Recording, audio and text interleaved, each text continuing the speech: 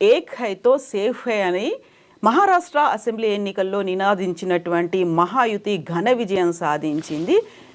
అక్కడ ఎవరు ముఖ్యమంత్రి అవుతారు అనేదే ఫైనల్గా తెలుసుకోవాల్సినటువంటి అవసరం ఉంది. ఇక జార్ఖండ్లో జైలుకు వెళ్ళి వచ్చినటువంటి హేమంత్ సోరెన్ మరొకసారి ముఖ్యమంత్రి అయ్యే దిశగా అడుగులు పడుతున్నాయి. మహారాష్ట్రలో కీలకంగా ఏ అంశాలు కీ రోల్ ప్లే చేశాయి, అక్కడ ఉన్నటువంటి తెలుగు వాళ్ళు ఎటువైపు మొగ్గు చూపారు? మనతో పాటుగా ఉన్నారు పొలిటికల్ అనలిస్ట్ ప్రకాష్ గారు. ప్రకాష్ గారు నమస్కారం అండి. సో మహారాష్ట్ర అనేది చాలా చాలా కీలకంగా కనిపించింది మనకు. 5 ఏళ్ల పాటు జరిగినటువంటి పొలిటికల్ డెవలప్మెంట్స్ ఎపిసోడ్స్ ఇవన్నీ చూసిన తర్వాత ఇప్పుడు మహాయుత్తో పాటుగా మహాగఠబంధన్ ఇవన్నీ కలిసి పోటీ పడ్డప్పుడు ఎవరి వైపు మొగ్గు ఉంటుంది అనేది చాలా క్లియర్గా కీలకంగా కనిపించింది. ఈరోజు తేలిపోయింది. ఎవరెవరు ఎటువైపు ఎందుకని ఓటు వేశారనిపించింది మీకు? ఎన్నికల మేనిఫెస్టోల కంటే కూడా ఇతర కారణాలు ఎక్కువగా ప్రభావితం చేశాయి. మనము ఒక 3 నెలల క్రితం మహారాష్ట్రలో ఉన్న పరిస్థితి చూస్తే యాంటీ బీజేపీ వేవ్ స్పష్టంగా కనబడ్డది. ఈవెన్ పార్లమెంట్ ఎలక్షన్స్ అంతా ఇప్పుడు 6 నెలలే అయింది కదా, రిజల్ట్స్ 5 నెలలు 6 నెలలు.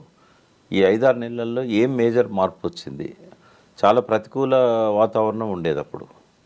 అందరు అన్నారు నెక్స్ట్ మహారాష్ట్రలో కాంగ్రెస్ రాబోతుంది అని. అవును, అంటే బీజేపీ వాళ్ళు కూడా అన్నారు, వాళ్ళు కూడా చాలా టఫ్ ఉంటుంది ఎలక్షన్, ఎవరికి వచ్చినా స్లైట్ ఎడ్జ్ ఉంటుంది అని అన్నారు. నెక్ టు నెక్ ఉంటుంది అని అన్నారు. అంటే ఈ 5-6 నెలల్లో బీజేపీ తీసుకున్న కొన్ని నిర్ణయాలు వాళ్ళకు అనుకూలంగా ఓట్ బ్యాంకును టర్న్ చేయగలిగాయి. వాస్తవంగా కాంగ్రెస్ మేనిఫెస్టో చాలా జనాకర్షణ పథకాలతో నిండి ఉన్నది. అంటే కర్ణాటక కంటే తెలంగాణ ఎలక్షన్స్లో ఎక్కువ హామీలు ఇచ్చారు, తెలంగాణ కంటే మహారాష్ట్రలో ఎక్కువ హామీలు ఇచ్చారు. మహారాష్ట్రలో వాళ్ళు ఇచ్చిన హామీలలో ఇప్పుడు బహన్ యోజన, లడ్కీ బహన్ యోజన అని ఏదైతే 1500 ఇస్తామని చెప్పేసి బీజేపీ చెప్పిందో దాన్ని వీళ్ళు 3000 ఇస్తామన్నారు. తర్వాత ఫ్రీ బస్ ఇస్తామన్నారు. ఇక్కడ 2 లక్షలు రుణమాఫీ చేస్తే అక్కడ 3 లక్షలు చేస్తామన్నారు. తర్వాత నిరుద్యోగ యువతకు నిరుద్యోగ భృతి ఇస్తామన్నారు. ఇంకా వాటికి అంతు లేదు ఆ వాగ్దానాలు, హామీలు. అయితే అక్కడ ప్రజలను ప్రభావితం చేసింది ఏంటంటే కొంత మహారాష్ట్ర తెలంగాణ బార్డర్ చాలా ఎక్కువ కిలోమీటర్స్ బార్డర్ ఉంటుంది. రైట్ ఫ్రమ్ మీకు జైరాబాద్ అవతల నుంచి అక్కడ మధ్యలో కొద్దిగా బీదర్ జిల్లా ఉన్నా కూడా అక్కడ నుంచి స్టార్ట్ చేస్తే దాదాపుగా బెల్లంపల్లి, దాదాపు ఏటూరు నాగరం వరకు కూడా, అంటే ఛత్తీస్గఢ్ కొంచెం గడ్చిరోలి డిస్ట్రిక్ట్ వరకు, అంటే సిర్పూర్, కాగజ్ నగర్, బెల్లంపల్లి అక్కడ దాకా బౌండరీ ఉంటుంది. సో ఎక్కువ రాకపోకలు ఉంటాయి. తర్వాత అక్కడ కూడా మన తెలుగు వార్తలు వింటూ ఉంటారు, వాళ్ళకి తెలుగు వస్తుంది. సో ఇక్కడ ఏ హామీ కూడా అమలు చేయట్లేదు కాంగ్రెస్ ప్రభుత్వం. కర్ణాటకలో కూడా హామీల అమల్లో చాలా వైఫల్యాలు ఉన్నాయి. సో ఈ విషయాలన్నీ వీళ్ళు మాటలు ఇస్తారు తప్ప వీళ్ళు నెరవేర్చారు అనేది ఒక ప్రచారం అయితే అక్కడ జరిగినట్టుంది. తెలుగు వాళ్ళ మీద ప్రధానంగా ఈ మేనిఫెస్టో ప్రభావం ఏం లేదు. ఇక్కడ నుంచి వెళ్ళిన మన మంత్రులు కానీ, ముఖ్యమంత్రి గారు కానీ, రేవంత్ రెడ్డిది, వీళ్ళ ప్రభావం కూడా పెద్ద కనబడలేదు. అదే కేసీఆర్ అక్కడ బీఆర్ఎస్ను విస్తరించే క్రమంలో చాలా స్పష్టంగా కనబడ్డది కేసీఆర్ ప్రభావం. ఆ పాలన కావాలని కోరుకున్నారు. కేసీఆర్ వస్తే రైతులకు బాగా లాభం జరుగుతుంది అనుకున్నారు. బట్ రైతులకు అనుకూలంగా కాంగ్రెస్ ఇచ్చిన హామీలను మాత్రం నమ్మలేదు. పెరిఫెరీలో ఉన్న అన్ని జిల్లాల్లో కూడా సీతక్క వీళ్ళంతా ఇక్కడ నాయకులు అంతా పోయి క్యాంప్ వేసి పనిచేశారు. వాళ్ళ ప్రభావం కూడా పెద్దగా ఏం లేదు. మహారాష్ట్రలో అన్ని కార్నర్స్ నుంచి కూడా ఒకే రకమైన ఫలితాలు వచ్చాయి. దాదాపుగా బీజేపీ అన్ని దిక్కులో కూడా తన ప్రభావాన్ని చాటింది. అంటే ఇక్కడ వాళ్ళు తీసుకున్న నిర్ణయాలు ఏంటి? ప్రధానంగా ఈ 5-6 నెలల్లో ఇంత గెలుపును ప్రభావితం చేయగలిగిన ఏంటి అన్నప్పుడు, ఒకటి నేషనల్ లెవెల్లోనే వాళ్ళు ఒక పాలసీ తీసుకున్నారు, ప్రాంతీయ పార్టీలను చీల్చాలి, వీలైనంత వరకు వాటి ప్రభావం నుంచి ప్రజలను జాతీయ పార్టీల వైపుగా తీసుకురావాలి, నాయకత్వాన్ని, ఎదిగిన నాయకత్వాన్ని మళ్ళీ ఫర్దర్గా ముందుకు పోకుండా వాళ్ళని అక్కడ ఫుల్ స్టాప్ పెట్టాలి. శరద్ పవార్ లాంటి పెద్ద నాయకుడిని కూడా ఒక చిన్న ప్రాంతానికి పరిమితం చేసి, అందులో కూడా ఆయన అజిత్ పవార్కు వచ్చిన వాటిలలో సగం సీట్లు కూడా రాని పరిస్థితి క్రియేట్ చేశారు. అంటే ఎన్సీపీ పెట్టింది శరద్ పవార్, నడిపింది శరద్ పవార్, దాన్ని దేశ రాజకీయాల్లోకి తీసుకెళ్ళి ప్రధాని ఎవరు ఉండాలి అనే డిసైడ్ చేసే స్థాయి వరకు తానే ప్రధానమంత్రి క్యాండిడేట్గా ఉండాలనే దాకా ఎన్సీపీ ఎదిగింది. అటువంటి టవరింగ్ పర్సనాలిటీని ఆ పార్టీని చీల్చడం ద్వారా, అందులో ఉన్న యంగ్ లీడర్షిప్ను తమ దిక్కు తెచ్చుకోవడం ద్వారా దాన్ని స్ప్లిట్ చేశారు. శివసేన కూడా బాల్ ఠాకరే పెట్టిన మొక్క, అది తిరుగులేని పార్టీ, అది మహారాష్ట్ర రాజకీయాలలో. బాల్ ఠాకరే ఉన్నప్పుడే ఆయన అల్లుడు రాజ్ ఠాకరే దూరమైనా కూడా ఆ పార్టీ గట్టిగా నిలబడ్డది. అటువంటి పార్టీని రెండు ముక్కలు చేశారు. ఇవాళ చాలా పరిమితమైన స్థానాలకు ఉద్ధవ్ ఠాకరేను తగ్గించారు. అంటే బీజేపీ పాలసీ వీలైనంత వరకు దేశం మొత్తంలో కూడా ప్రాంతీయ పార్టీల ఉనికిని లేకుండా చేయాలి, ఒకవేళ ఉన్నా కూడా దాన్ని స్ప్లిట్ చేసి తమ దిక్కు తెచ్చుకోవాలి అనేది స్పష్టంగా కనబడుతున్నది. తెలంగాణలో కూడా ప్రయత్నం చేశారు. మొదటి టర్ములోనే హరీష్ రావును తమ దిక్కు తెచ్చుకోవాలనేది ఒక పెద్ద ప్రయత్నం చేశారు. కానీ హరీష్ రావు స్ట్రాంగ్గా నిలబడంతో ఆ ప్రయత్నాలు ఫెయిల్ అయినాయి. అంటే ఆ ప్రయత్నం కంటిన్యూగా నడుస్తూనే ఉంది. ఇప్పుడు కూడా మొన్నటి ఎన్నికల కంటే ముందు ఆ ప్రయత్నం జరిగింది. ఎన్నికల తర్వాత ఓ ప్రచారం చేశారు, హరీష్ రావు గారు 20 మంది తీసుకొని మా పార్టీలోకి వస్తున్నారని. అంటే ఎప్పుడు ప్రాంతీయ పార్టీలను టార్గెట్ చేయడం అనేది మహారాష్ట్రలో వాళ్ళ స్ట్రాటజీ ఫలించింది. వాళ్ళు ఒక్కటి కాకుండా ఆపగలిగారు. అవసరమైన అంటే పార్టీని స్ప్లిట్ చేయడానికి ముఖ్యమంత్రి స్థానాన్ని కూడా శివసేన నుంచి చీల్చుకొని వచ్చిన షిండేకి ఇవ్వగలిగారు. మళ్ళీ ఆయన ఎక్కడ వాళ్ళ దిక్కు వెళ్తాడేమో అని మళ్ళీ గెలిచిన తర్వాత కూడా నువ్వే ముఖ్యమంత్రి అని చెప్పారు. ఇప్పుడు ఇస్తారనేది అనుమానం, ఎందుకంటే ఎక్కువ సీట్లు బీజేపీకి వచ్చాయి కాబట్టి ఆయనకు ఇవ్వాలని ఏం లేదు. సో అక్కడ ప్రధాన పాత్ర ఈ ఎన్నికల్లో ఆర్ఎస్ఎస్, ఈ విక్టరీకి సింహభాగం ఆర్ఎస్ఎస్దే. వాళ్ళు ఏం చేశారంటే 1,50,000 సమావేశాలు పెట్టారు రాష్ట్ర వ్యాప్తంగా. మొత్తం 3 monthsలో 100 రోజుల లోపల రాష్ట్ర వ్యాప్తంగా అన్ని విలేజ్లలో 45,000 గ్రామాలలో ప్రతి తలుపు తట్టారు. వాళ్ళకు 40 దాకా ఫ్రంటల్ ఆర్గనైజేషన్స్ ఉన్నాయి, అఫిలియేట్స్. ప్రతి సంస్థ నుంచి టీమ్స్ ఫామ్ అయ్యి మహారాష్ట్ర అంతా కూడా అన్ని గ్రామాలలో, అన్ని పట్టణాల్లో, అన్ని వార్డులలో, డివిజన్స్లలో చాలా 1-on-1 కాంటాక్ట్తోని ప్రజలను బాగా ప్రభావితం చేసే విధంగా ఆర్ఎస్ఎస్ శక్తులు పనిచేశాయి. అది తెర వెనుక జరిగిందంతా, ఎక్కువ ప్రచారం లేకుండా, ఆర్భాటం లేకుండా. దాని ఇంపాక్ట్ బాగుంది. ఈ ఒక్కటిగా ఉంటే బలపడతామనే స్లోగన్ ఏదైతే ఇచ్చారో అది హిందువులకు ఉద్దేశించి ఇచ్చింది. అది హిందువులను ఉద్దేశించి ముస్లింల బూచిని చూపెట్టి వాళ్ళు ఫ్యామిలీ ప్లానింగ్ చేసుకోవట్లేదు, ఒక్కొక్కరి ఇంట్లో 15 మంది 20 మందిని కంటున్నారు, జనాభా ఇట్లా పెరుగుతూ పోతే మనం మైనారిటీలం అవుతాం, వాళ్ళని ఆపాలి. తర్వాత హిందువులను ముస్లింలుగా మార్చే ప్రక్రియ కొనసాగుతూ ఉంది. జిహాదీ ప్రక్రియ, జిహాదీ కంటే ఈ మత మార్పిడులు బాగా జరుగుతూ ఉన్నాయి. ఈ మత మార్పిడులు కొంత కన్విన్సింగ్గా హిందువులను కరెక్టే కదా, వాళ్ళు మన వాళ్ళను ముస్లింలుగా మారుస్తున్నారు, ఇట్లాంటి ఇంకోటి టెర్రరిస్టులను ఎంకరేజ్ చేస్తున్నారు.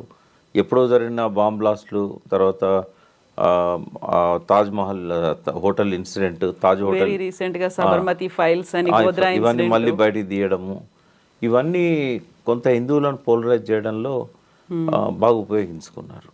మీరు చెప్పినట్టుగా ఏక్ హైతో సేఫ్ హై అనే దాంతో కటేంగేతో బటేంగే అనే నినాదాలు, ఇదంతా కూడా ఏంటంటే ఆ ముస్లిం వ్యతిరేకతను రెచ్చగొట్టి హిందువులను పోలరైజ్ చేసుకోవడానికి వాళ్ళు వాడుకుంటున్న అస్త్రం అది అక్కడ పనిచేసింది మహారాష్ట్రలో.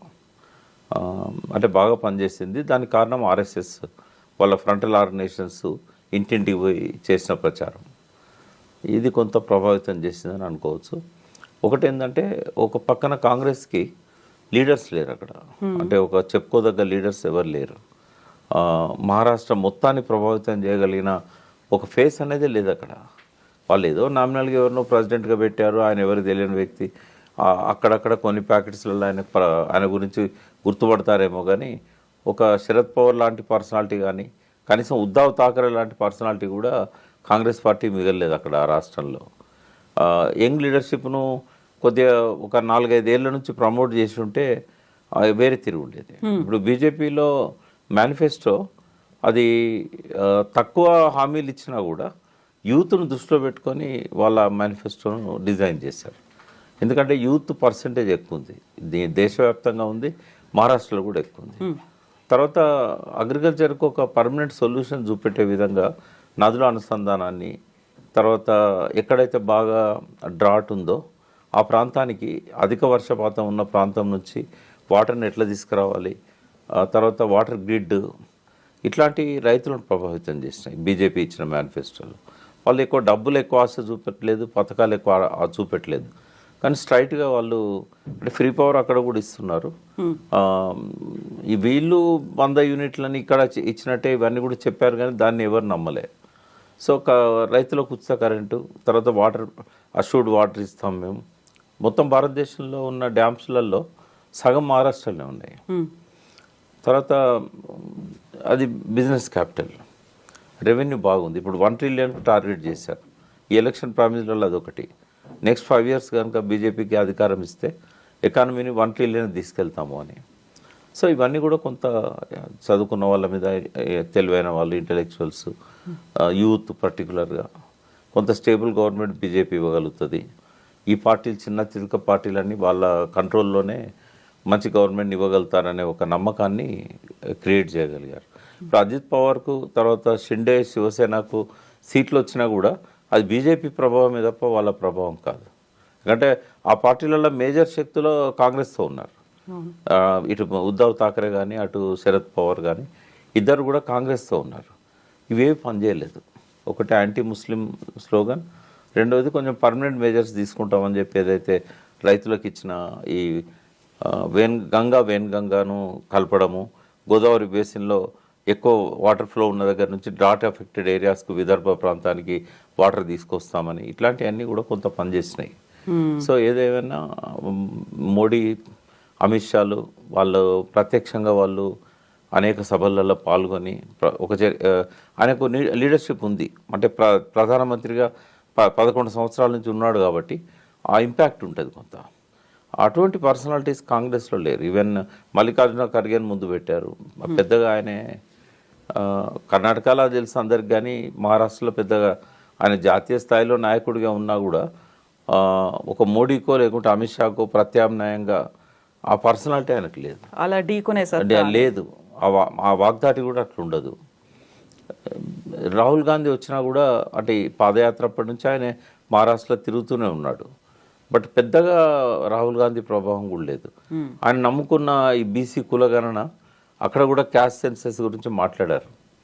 బట్ వాళ్ళు ఏం చేస్తారనే దాని మీద ఒక క్లారిటీ లేదు. ఒక కులగణన అనే వరకే దాన్ని, ఆ నినాదం పెద్దగా బీసీలను కదిలించిందని నేను అనుకోవట్లేదు. మహారాష్ట్రలో అక్కడ దళిత్ ఇంపాక్ట్ ఎక్కువగా ఉంటుంది. బట్ అది బీజేపీకి అనుకూలంగా వచ్చింది. ఇన్ని రకాల స్ట్రాటజీస్ అనేవి మహారాష్ట్రలో చేశారు, అన్నీ వర్కౌట్ అయ్యాయి. బట్ ఇదంతా ఎంటైర్లీ డిఫరెంట్ రిజల్ట్ అనేది జార్ఖండ్లో కనిపించింది. అక్కడ ఉన్నటువంటి రీజనల్ పార్టీయే మళ్ళీ గెలుపొందింది, అదే ప్రభుత్వాన్ని చేపట్టబోతోంది. అండ్ మొన్నటి దాకా సీఎంగా ఉండి ఆ తర్వాత జైలు పాలై వచ్చినటువంటి హేమంత్ సోరెన్ ఒక కీలకమైనటువంటి వ్యాఖ్య కూడా చేశారు. నన్ను ఓడించడానికి ఇక్కడ బీజేపీ ప్రభుత్వం రావడానికి దాదాపు 500 కోట్లను ఖర్చు పెట్టింది ఇంత చిన్న రాష్ట్రం, వెనకబడిన రాష్ట్రంలో అనే మాట అన్నాడు. ఇక్కడ మళ్ళీ ఇంకొక సెంటిమెంట్ అనేది కూడా కనిపిస్తుంది. జైలుకి వెళ్ళొచ్చినటువంటి వ్యక్తే ముఖ్యమంత్రి అవుతాడు అనేటువంటి సెంటిమెంట్ కూడా. మంచిగా జరుగుతున్న పరిపాలన అక్కడ. ఆ టైంలో ఆయనను అరెస్ట్ చేయడము, ఎలక్షన్ల దృష్టిలో పెట్టుకొని చేశారు. నయాన్నో భయాన్నో తమ వైపు తెచ్చుకోవాలనుకుంటున్నారు. అయితే జనరల్ ట్రైబల్స్ వాళ్ళంతా, ఈ ట్రైబల్స్ మీద డబ్బు ప్రభావం ఎక్కువగా ఉండదు, వాళ్ళ కమిట్మెంట్ ఉంటుంది. వాళ్ళ మనిషి, మా ఓడు, మా కమ్యూనిటీ, మా పాలన మాకు కావాలి అంటే జనరల్గానే ఈ హిందూ ఇట్లాంటి సెంటిమెంట్ ట్రైబల్స్ మీద పనిచేయదు. ఇప్పుడు మహారాష్ట్రలో ఉన్న వాతావరణం వేరు, జార్ఖండ్లో ఉన్న వాతావరణం వేరు. అక్కడ ముస్లింలు పెద్దగా ఏం లేదు, అక్కడ ఇష్యూస్, లోకల్ ఇష్యూస్ ఉన్నాయి. సో వాళ్ళు ఏంటంటే, ఇంకోటి ఈ నోట్ల కట్టలకు ఓట్లేసే తత్వం గిరిజనులలో ఉండదు. అంటే కొంత లంబడ గిరిజనులలో ఉంటుంది, కానీ ఈ ఆదివాసీ ట్రైబ్స్, ఫారెస్ట్ ట్రైబ్స్లలో మనకు దాని ఇంపాక్ట్ పెద్ద కనబడదు. వాళ్ళు డబ్బు మీద ఆధారపడ్డ జీవిత విధానం కాదు వాళ్ళది. వాళ్ళ జీవన విధానం అంతా ప్రకృతి మీద ఆధారపడి ఉంటుంది. సో శిబు సోరెన్ కానీ, హేమంత్ సోరెన్ కానీ వాళ్ళు ఓన్ చేసుకున్నారు. జార్ఖండ్ రాష్ట్రం ఏర్పడ్డది అంటే శిబు సోరెన్ దశాబ్దాల కృషి ఉంటుంది దాని వెనకాల. కాబట్టి ఆ సెంటిమెంట్ కొంత ఉంటుంది. ఆయన అరెస్ట్ చేయడంతో ఎక్కడ లేని సింపతి వచ్చింది. ఆయన వైఫ్ మళ్ళీ ముందు పెట్టడము, ఆమె కొంత అట్రాక్ట్ చేయడము, ఆమె ఇంపాక్ట్ కొంత వాళ్ళ మీద పనిచేసింది. అక్కడ కూడా హామీలు వాగ్దానాలు రెండు సైడ్లు వచ్చినాయి. బట్ అంటే కాంగ్రెస్ వల్ల ఆడ జార్ఖండ్కు లాభం జరగలే, జేఎంఎం వల్ల కాంగ్రెస్కు లాభం జరిగింది. వాళ్ళతో కలిసి ఇవాళ సంకీర్ణ ప్రభుత్వంలో ఉండే పరిస్థితి వచ్చింది. ఇక్కడనేమో బీజేపీ వల్ల ఈ ప్రాంతీయ పార్టీలకు లాభాలు జరిగినాయి. కాబట్టి మళ్ళొకసారి అక్కడ హేమంత్ సోరెనే ముఖ్యమంత్రి అవుతారు. కానీ ట్రైబల్స్ మీద పెద్దగా బీజేపీ ఆయుధాలు ఏవైతే ఉన్నాయో ఏవి పనిచేయలేదు. వనవాసి కళ్యాణ్ అని ఒక సంస్థ ఉంది వాళ్ళకి. అవును, వాళ్ళు ఏంటంటే ఆర్ఎస్ఎస్ ఆదివాసీలలో పనిచేస్తున్నారు. అంటే రాజకీయం కంటే ఎక్కువ వాళ్ళ ఇష్యూస్ మీదనే ఆ సంస్థ పనిచేస్తుంది. లైవ్లీహుడ్ మీద వాళ్ళ మీద ఎక్కువ వాళ్ళు ఉన్నా కూడా వాళ్ళ ప్రభావం పెద్దగా ఉండదు. అంటే పాలిటిక్స్ మీద వాళ్ళు చెప్తే పెద్ద వినరు. వాళ్ళ వెల్ఫేర్ మీద మాట్లాడితే వింటారు, కానీ పాలిటిక్స్ మీద ఆ సంస్థ ప్రభావం కూడా ఎక్కువ ఉండదు. అక్కడ ఉన్నటువంటి అడవులు, భూగర్భ గనులు సంరక్షణ. ఇంకోటి ఏంటంటే అక్కడ బీజేపీ ఎక్కువ మైనింగ్ మాఫియాకు సపోర్ట్ ఉంటుంది అనేది కూడా ఉంటుంది. దానికి అగెనెస్ట్గా ఉంటారు ట్రైబల్స్. ఎందుకంటే నిత్యం వాళ్ళ సంఘర్షణ, వాళ్ళ పోరాటం అంతా కూడా ఆ మైనింగ్ యజమానులతోనే. యజమానులకు అనుకూలంగా ఉండే పార్టీ బీజేపీ, యజమానుల పక్షాన ఉండేది జేఎంఎం, వీళ్ళ బాధితుల పక్షాన ఉండేది జేఎంఎం. అక్కడ కూడా ట్రేడ్ యూనియన్స్ ఉంటాయి, ఇవన్నీ ఉంటాయి. వామపక్ష పార్టీల ప్రభావం తక్కువే ఉంది అక్కడ. కొంత రామ్విలాస్ పాస్వాన్ పార్టీ ఉన్న నితీష్ సంబంధించిన వాళ్ళు కూడా కంటెస్ట్ చేశారు.